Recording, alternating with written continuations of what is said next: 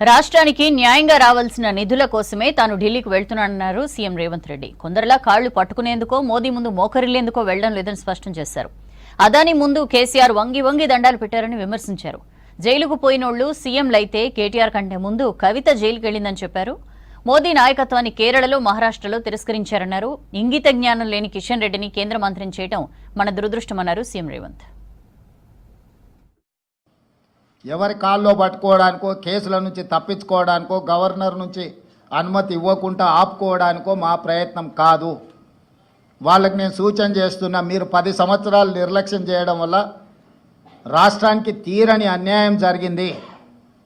కేంద్ర ప్రభుత్వాన్ని ప్రశ్నించాల్సిన మీరు కేంద్ర ప్రభుత్వంతో అంటగాగి బయ్యారం ఉక్కు కర్మాగారం కావచ్చు, కాజీపేట రైల్వే కోచ్ ఫ్యాక్టరీ కావచ్చు, IIITలు కావచ్చు, లేకపోతే గిరిజన యూనివర్సిటీ కూడా 10 సంవత్సరాలు ఆలస్యం కావచ్చు, ఎన్టీపీసీ ద్వారా ప్రారంభించాల్సిన 4000 మెగావాట్ల విద్యుత్ అంశం కావచ్చు, బ్యాక్వర్డ్ డిస్ట్రిక్ట్స్ డెవలప్మెంట్ ఫండ్స్ కావచ్చు, BRGF, ఇట్లాంటివి కూడా చాలా విషయాలలో తెలంగాణ రాష్ట్రానికి 10 సంవత్సరాలలో వేల కోట్ల నష్టం జరిగింది.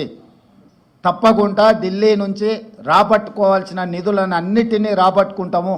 అప్పుడే తెలంగాణ రాష్ట్రం అభివృద్ధి జరుగుతుంది. తెలంగాణ రాష్ట్ర హక్కులను మనం కాపాడిన వాళ్ళం అవుతాము. ఇది అదాని పక్కలు ఉన్నాయని ఎవరు ఈయన పేరు గుర్తుపడతావా? ఏం పేరు ఈయన పేరు? మరి ఈయన చంద్రశేఖరరావు. ఆయన వంగి వంగి నమస్కారం పెడుతున్నాయి. ఎప్పుడు ఆయన వంగినా ఇట్లా ఇంతగా వంగినా? ఎప్పుడెప్పుడు జైలు పోదామా, జైల్లో పోయి ఉందామా అని ఆయన ఏమనుకుంటున్నట్టు నిన్న అనేది పేపర్లో చూసిన జైలుకు పోయిన వాళ్ళందరూ అయిందనా?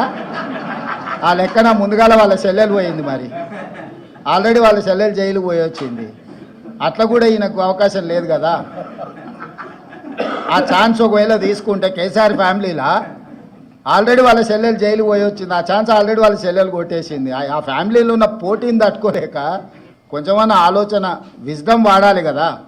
నేను చేసిన ప్రయత్నం అదాని CSR ఫండ్స్ నుంచి తెలంగాణ నిరుద్యోగ యువకుల కోసం, వాళ్ళ భవిష్యత్తు నిర్మించడం కోసం ఆలోచన చేసి యంగ్ ఇండియా స్కిల్స్ యూనివర్సిటీకి లక్షలాది తెలంగాణ నిరుద్యోగ యువకులకు ప్రయోజనం చేకూర్చే విధంగా CSR ఫండ్స్ కింద 100 కోట్లు తీసుకొస్తే అది రాష్ట్రానికి ప్రయోజనం.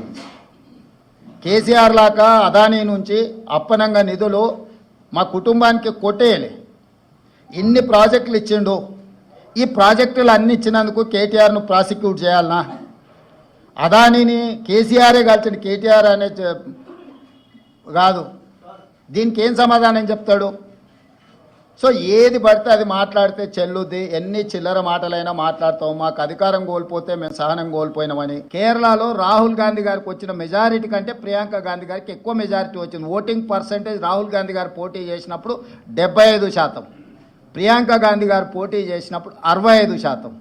రాహుల్ గాంధీ గారికి 3,64,000 మెజారిటీ వస్తే ప్రియాంక గాంధీ గారికి 4,10,000 మెజారిటీ వచ్చింది.